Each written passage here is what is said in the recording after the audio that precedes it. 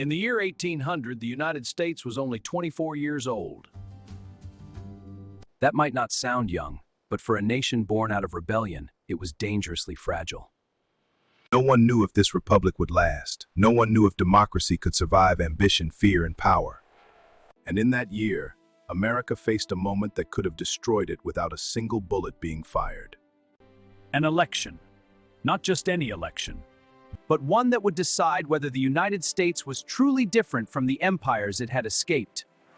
At the center of the storm were two men who had once stood side by side during the American Revolution. John Adams, the sitting president, brilliant, stubborn, deeply anxious about the nation's survival. And Thomas Jefferson, his former friend, an idealist who believed the government was already drifting toward tyranny. They no longer trusted each other. Their political parties, the Federalists and the Democratic Republicans, didn't just disagree. They feared one another. Federalists believed Jefferson would tear down order and invite chaos. Jefferson's supporters believed Adams wanted a monarchy in everything but name. Newspapers spread lies, insults, and rumors daily. The word traitor was used freely. This was not a calm democracy. This was a nation on edge.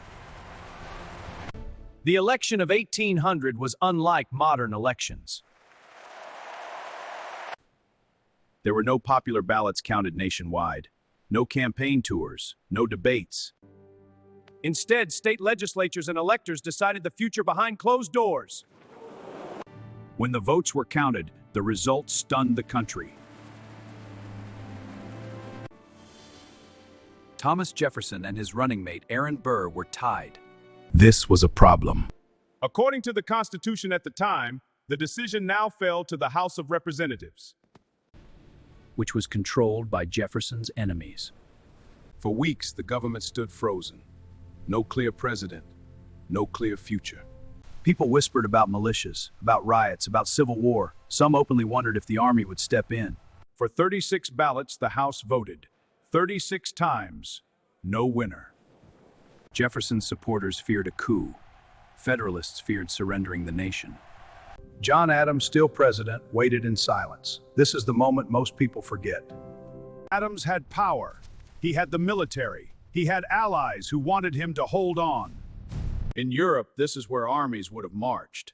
But Adams did something radical. He did nothing. No threats, no orders, no attempt to stay in office by force.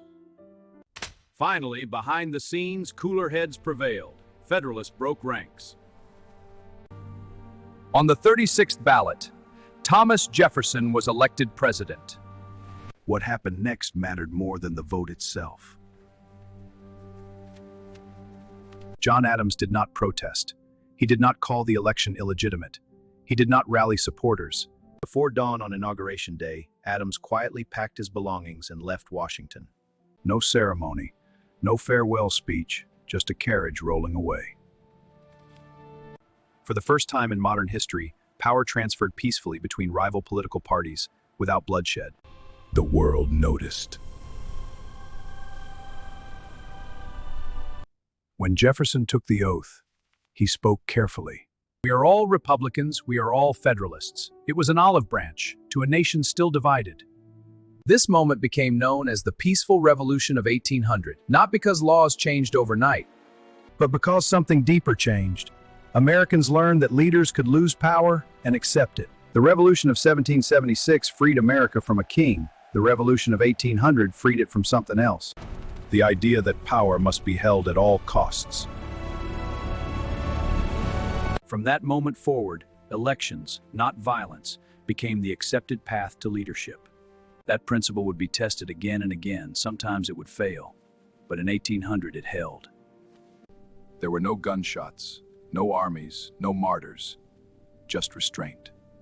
In a world ruled by force, America chose something fragile and rare: trust. And in doing so, it proved for the first time that democracy might actually work. God bless America. Like and subscribe to this channel for more videos like this.